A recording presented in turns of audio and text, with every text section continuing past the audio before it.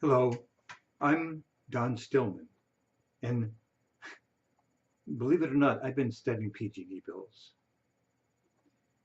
Um, so my company calls me an energy consultant, and um, one question I have for you, the first question I have is, do you get your PG&E bill mailed to you? In other words, you get a paper copy, or have you signed up for paperless?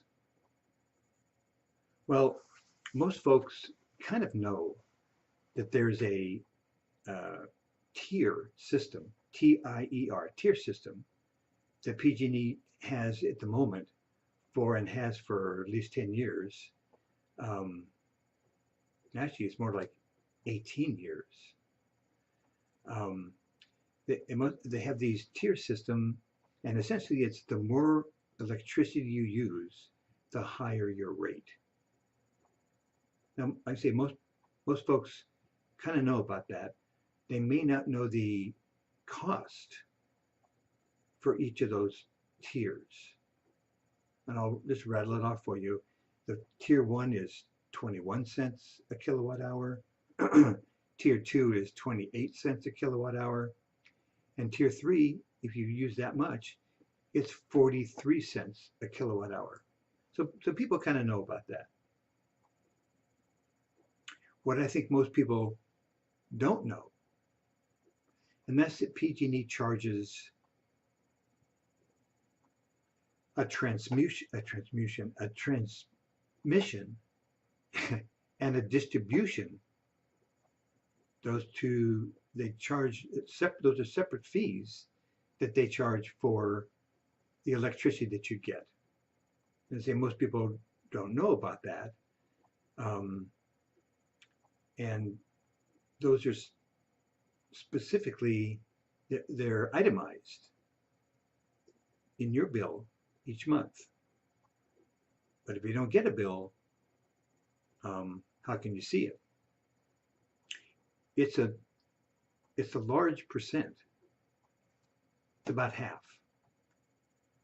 45, 50% of your entire electric bill is the transmission and distribution.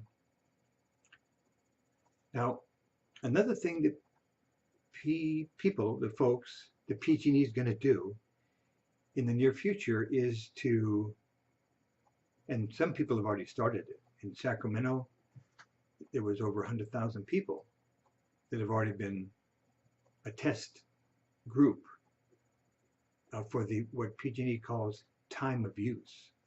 And time of use will eliminate the tier structure. And as it seems to indicate, and it does, that folks will be paying the cost of their energy is going to depend on the time that they use it and also how much. But the time is going to be important, time, and that's why they call it time of use. So people are not aware, many people are not aware that that's going to happen.